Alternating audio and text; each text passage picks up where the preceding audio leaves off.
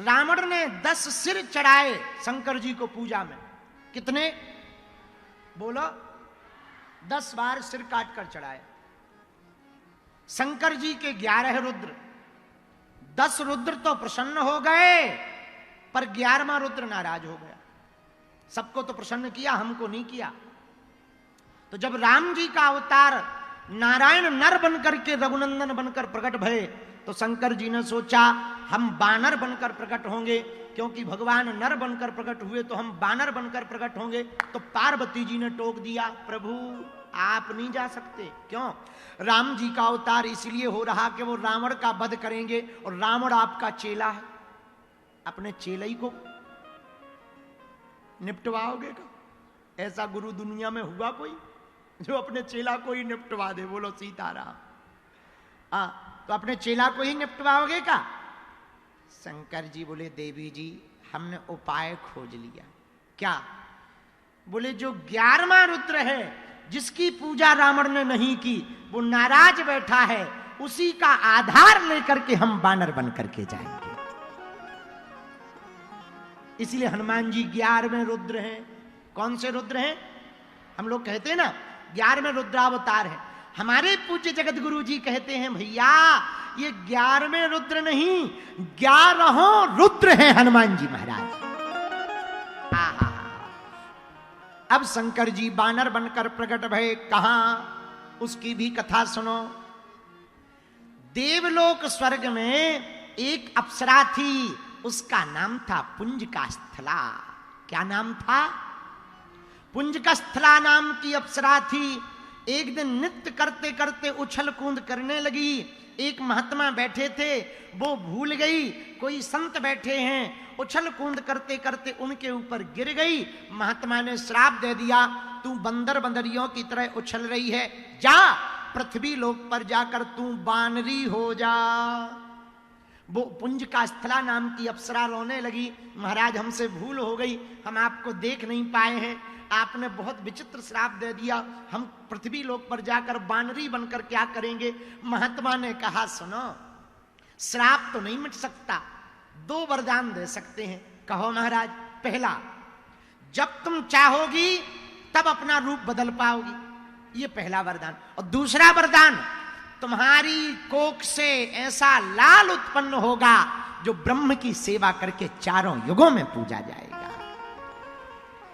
वही अप्सरा पृथ्वी लोक पर अंजना माता बनकर प्रकट भई। बोलो अंजना मैया की। आहा, इसीलिए हनुमान जी को प्रकट होना पड़ा। अंजना माता प्रकट हुई, पूर्व जन्म में अप्सरा थी। इनका विवाह केसरी नाम के बानर से हुआ। किससे हुआ? बोलो बोलो बोलो। इसीलिए तो हनुमान जी का जब चरित्र लिखा जाता, हनुमान चालीसा पढ़ा जाता, तो उसमें लिखा, अंजनी पुत्र पवन सोते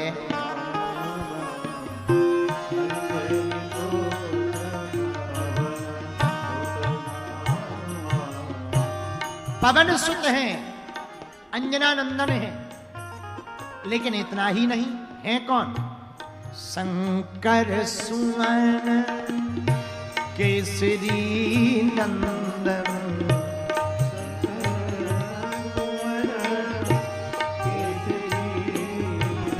केसरी के ये नंदन हैं, शंकर जी ही स्वयं हैं। और हैं कौन? राम दूत अतुलित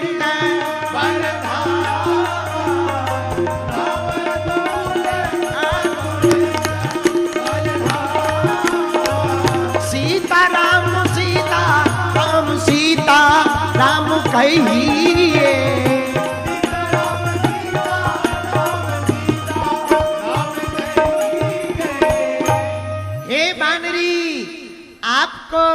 हे अप्सरा पुंज का स्थला, तुम्हें बानरी तो बनना पड़ेगा, पर 2 वरदान हैं। एक, जब तुम चाहो तब रूप बदल लोगी। दूसरा, तुम्हारा जो बालक होगा वो 4 युगों में पूजा जाएगा। वही अप्सरा अंजना बनकर के प्रकट हुई। केसरी नामक बानर से ब्याह हुआ, बहुत दिन हो गए पर संतान नहीं हुई। तो केसरी नामक वानर ने भगवान शंकर की उपासना की, पंचाक्षरी मंत्र का जप किया। ये पंचाक्षरी मंत्र क्या है?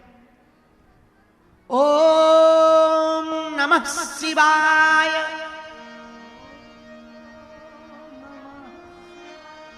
ओम नमः शिवाय, ओम नमः शिवाय, ओम नमः शिवाय, ओम नमः शिवाय,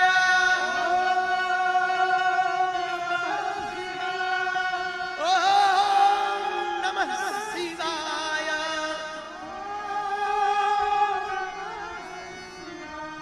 भगवान शंकर भूत भावंत प्रारी प्रकट हो गए।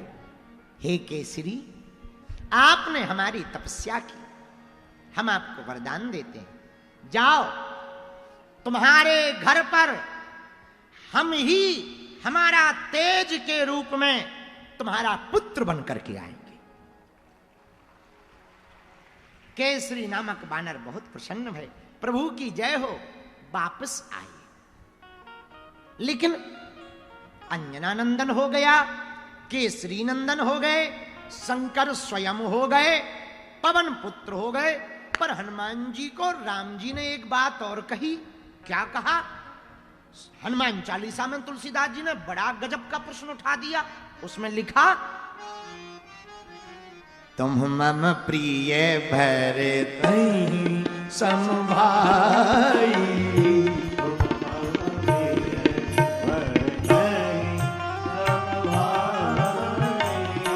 भाई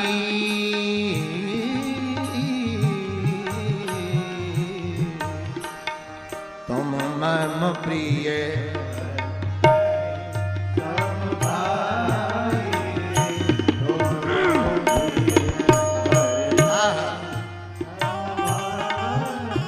रघुपति कीन्ही बहुत बड़ाई, तुम मम प्रिय भरतहि सम भाई। रघुपति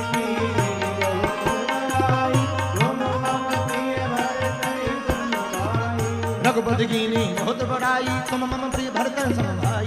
रघुपति कीन्ही बहुत बड़ाई, तुम मम प्रिय भरतहि सम भाई। रघुपति कीन्ही बहुत बड़ाई, तुम मम प्रिय भरतहि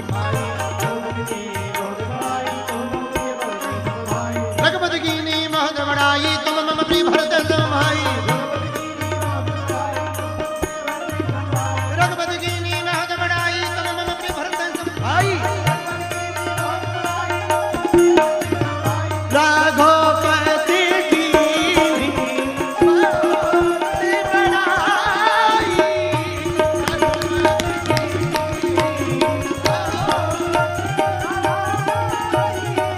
सीताराम सीताराम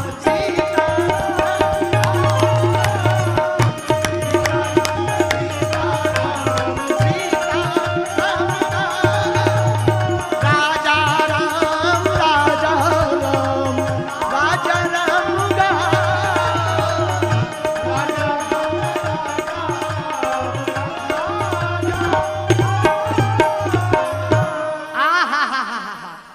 अंजनानंदनम केसरी नंदनम शंकर स्वयं और पवन सुत। चार बातें तो समझ आती हैं, लेकिन राम जी कह रहे हैं, तुम मम प्रिय भरतहि सम।